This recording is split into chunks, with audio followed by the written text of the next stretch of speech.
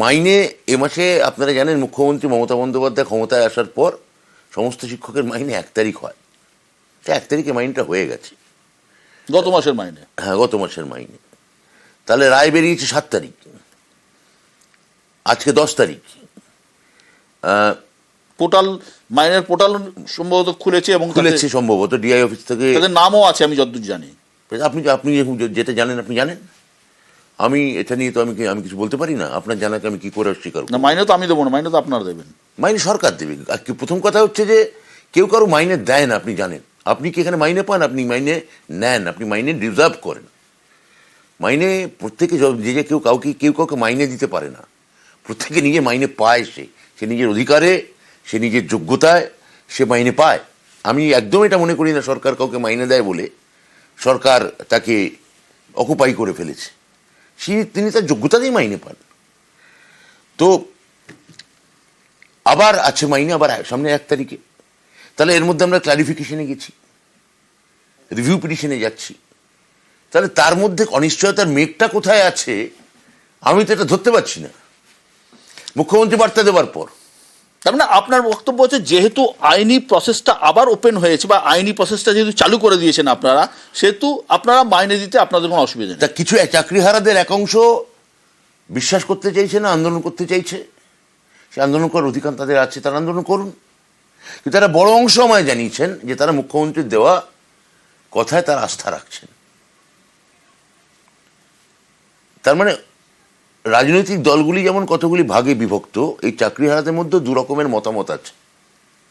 তা যাদের এই মুখ্যমন্ত্রীর কথায়, মুখ্যমন্ত্রীকে যারা শ্রদ্ধা করেন, ভালোবাসেন, বিশ্বাস করেন, যে তাদের অভিজ্ঞতা দিয়ে জানেন মুখ্যমন্ত্রী যে কথা বলেন সে কথা রাখেন, চিরকাল বাংলার মানুষ তাই দেখে এসছে।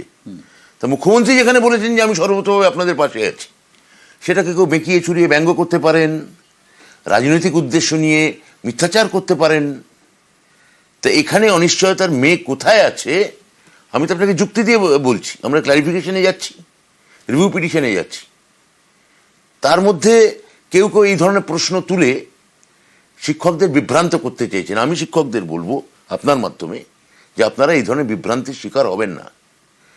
আপনারা এতদিন ধরে বুঝেছেন যে কোনো বিরোধী দল আপনাদের সঙ্গে নেই। আসলে তাদের যদি কেউ আপনাকে উস্কানি দেয়, যিনি ভক্ষক ছিলেন তিনি যদি এখন রক্ষক হয়ে আপনাদের সঙ্গে বসে পড়েন অনশন মঞ্চে বা আন্দোলনের মঞ্চে, সেটা আপনারই তাকে বিশ্বাস করেন, সেটা আপনারও বিরুচি। আমি সেটা বলতে পারি না যে আপনি তাকে বিশ্বাস করবেন না, কিন্তু আমি এটা জোর গলায় বলতে পারি বিশ্বাস যদি কাউকে করতে হয় আমার মুখ্যমন্ত্রীকে করুন, আস্থা যদি কারোর উপর রাখতে হয় আমার মুখ্যমন্ত্রীর উপর রাখুন। আপনি যারা বলছেন এই চাকরিহারাদের একাংশ রাজনৈতিক মদতে এটা করছেন, এই বিক্ষোভ চলছে, তো বোঝাই যাচ্ছে মদত তো আছেই। ওনাদের আন্দোলন আপনারা যদি গত 5-6 বছরের ইতিহাস দেখেন, 4-5 বছরের ইতিহাস দেখেন, সেখানে সবসময় কোনো না কোনো রাজনৈতিক লোক থেকেছেন। আমি একটা ছোট্ট উদাহরণ দিই। দেখুন, আপনি খুব কনফিডেন্টলি বলছেন, খুব আস্থার সঙ্গে বলছেন, ত্রিপুরাতে 10,000 লোকের চাকরি দিয়েছিল, শিক্ষক। সম্ভবত বাম আমলে গিয়েছিল, বিজেপি বলেছিল, ক্ষমতায় লিখে দিয়েছিল যে আমরা ক্ষমতা আসলে চাকরি ফিরিয়ে দেবো, দিতে পেরেছে। কিন্তু কারোর চাকরি আমি বলছি কারোর চাকরি কিন্তু ফেরেনি। 10,000-এর চাকরি গেছে, বামেরাও পারেনি, বিজেপিও পারেনি। প্রশ্নটা হচ্ছে এরা কিসের ভরসায় করবেন, কিভাবে ভরসা করবেন? তার কারণ মহামান্য সুপ্রিম কোর্টই সেই রাস্তা বাতলে দিয়েছেন। মহামান্য সুপ্রিম কোর্ট সে গাইডলাইন বলে দিয়েছেন যে হ্যাঁ, এর মধ্যে কিছু মানুষ অযোগ্য আছেন। আবার মহামান্য আদালত কথাও জানাচ্ছেন যে এর মধ্যে বেশ কিছু অধিকাংশ মানুষ যোগ্যও আছে। অধিকাংশই যোগ্য আছে, অধিকাংশই যোগ্য। তাহলে যিনি যোগ্য তার চাকরি যা খাওয়া উচিত কি উচিত নয়, আদালত সেটা পারে কিনা সেটা তো আদালতের এখতিয়ার, আমি সেটা নিয়ে কোনো মন্তব্য করতে পারি না। এটা আমি আবার তার জন্য বলছি চাকরিহারাদেরই বক্তব্য শুনুন, তারা কি বলছেন। আদালত নতুন করে পরীক্ষা নিতে বলেছে, চাকরিহারারা ফের পরীক্ষা দিতে কিন্তু ইচ্ছুক নয়, নারাজ। দেখুন, এখন ওদের একাংশ নারাজ থাকতেই পারেন। তারা 10 বছর আগে পরীক্ষা দিয়েছিলেন, প্রায় তারা 10 বছর ধরে পড়াচ্ছেন, তো তারা তো শিক্ষকতার মধ্যেই আছেন। তো তাদের মধ্যে কেউ কেউ নারাজ হতে পারেন, কিন্তু এই যে পরীক্ষা দিতে হবে আবার, এটা তো সরকার বলেছে কি? উত্তর হচ্ছে না। পরীক্ষা আবার দিতে হবে এ কথা কি এসএসসি বলেছে? উত্তর হচ্ছে না।